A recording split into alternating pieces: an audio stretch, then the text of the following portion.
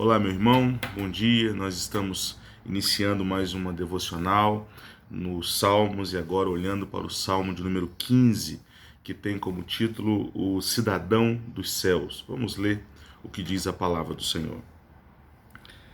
Quem, Senhor, habitará no teu tabernáculo? Quem há de morar no teu santo monte? O que vive com integridade e pratica a justiça e de coração fala a verdade, o que não difama com a sua língua, não faz mal ao próximo, nem lança injúria contra o seu vizinho, o que a seus olhos tem por desprezível ao réprobo, mas honra aos que temem ao Senhor, o que jura com dano próprio e não se retrata, o que não empresta o seu dinheiro com usura, nem aceita suborno contra o inocente. Quem deste modo procede não será jamais abalado. Esse salmo começa com uma pergunta, e essa pergunta é muito importante. Quem, Senhor, habitará no teu tabernáculo? Essa é a pergunta que o salmista faz. Ele faz essa pergunta: quem, Senhor, habitará no teu tabernáculo? Quem, Senhor, morará no teu santo monte? E logo em seguida de fazer essas duas perguntas importantes, que podem ser resumidas da seguinte forma: quem, Senhor, habitará no céu contigo? Quem estará contigo nos céus? Após fazer essa pergunta, que ela aqui são duas perguntas, mas na verdade é a mesma coisa, é apenas um recurso poético, ele começa a responder. E ele vai dando uma lista de qualificações do cidadão dos céus. Quando nós lemos textos como esse, rapidamente a nossa mente pergunta: mas e a graça de Deus? Porque em Efésios capítulo 2 nos é dito que a salvação é pela graça e nós vamos habitar nos céus pela graça. E que também todos nós somos pecadores. Portanto, se somos pecadores, como daremos conta de cumprir esses requisitos que estão aqui no Salmo de número 15? A gente precisa responder algumas coisas para essas indagações que aparecem. A primeira delas é que, de fato, a salvação é pela graça. Todos nós não temos justiça própria, méritos próprios para alcançarmos a salvação. Portanto, nós fomos resgatados pelo Senhor. Nós não tínhamos condições de nos apresentarmos diante de Deus. Por isso nós somos resgatados pelo Senhor. O Senhor morreu na cruz do Calvário por nós, pagou um preço de sangue por nós, nos justificou, ou seja, nos declarou filhos dele, pagou a nossa dívida, nos adotou como filhos em Cristo Jesus. Agora nós somos irmãos de Cristo Jesus, filhos de Deus, e nós estamos no processo de santificação.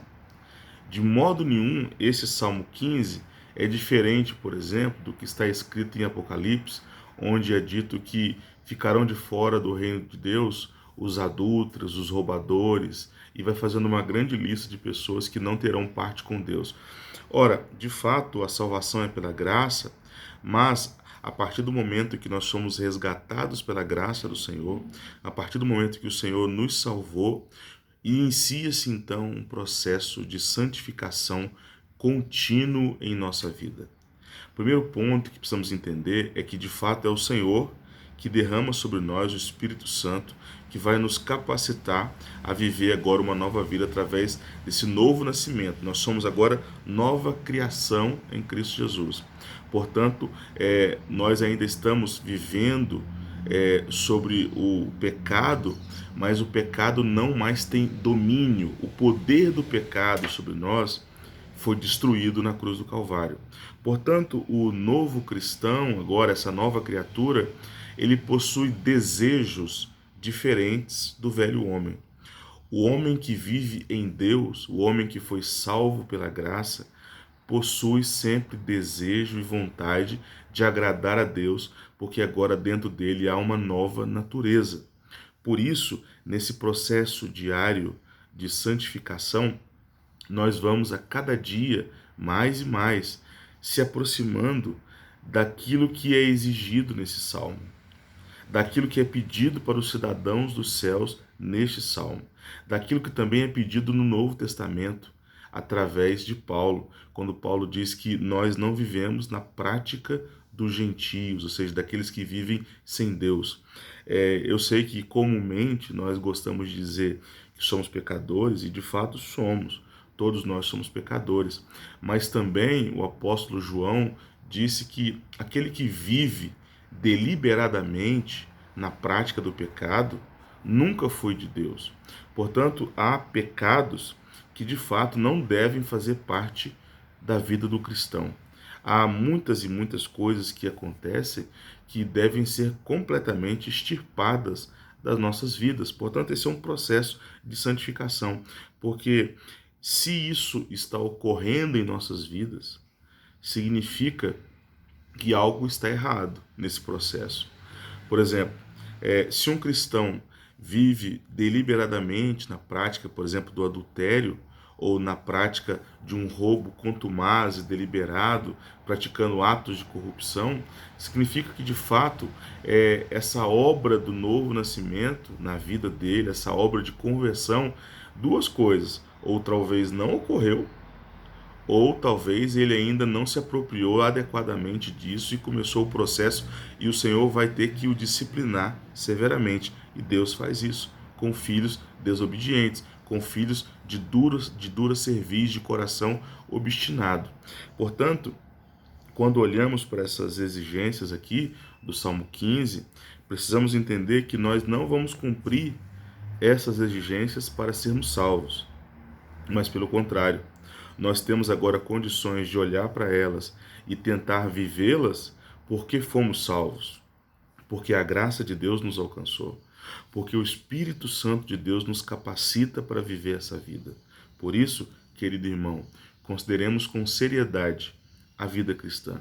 A vida cristã não é uma vida onde nós podemos dizer: não, eu estou salvo, eu estou debaixo da graça de Deus, então agora eu posso viver do jeito que eu quiser, eu posso fazer o que eu quiser.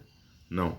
Salmo 15 também aponta para textos das cartas de Paulo e para Apocalipse, que diz que aqueles que vão morar com o Senhor nos céus são pessoas que vivem em constante processo de santificação e odeiam o pecado. Que Deus abençoe você, Deus abençoe a sua família e fuja o máximo que você puder do pecado. Lute, mortifique a sua carne, para que de fato você possa olhar para esse salmo e entender que ele também possui exigências para todos nós que estamos em Cristo Jesus. Talvez você que está assistindo esse vídeo está longe do Senhor e possa pensar: de fato eu cometo muito desses crimes aqui, desses pecados aqui, portanto eu preciso parar de fazer isso para poder ir para a igreja. Não, você pode vir para Jesus agora, nesse exato momento. Você pode ser tocado pelo Espírito Santo nesse exato momento, e o Senhor vai te transformando a cada dia, mais e mais, para que você possa de fato ser uma pessoa regenerada e viver longe dessas práticas. Mas a primeira coisa que precisa acontecer na sua vida é a graça de Deus ser derramada sobre você. Depois que a graça de Deus for derramada sobre você, depois que o Espírito Santo estiver habitando em você, você terá condições suficientes de lutar contra essas coisas e atender a essas exigências. Obviamente não 100%, porque nós estamos em processo. Mas aquele que começou a boa obra em nós há de terminá-la. Deus abençoe. Até o próximo devocional.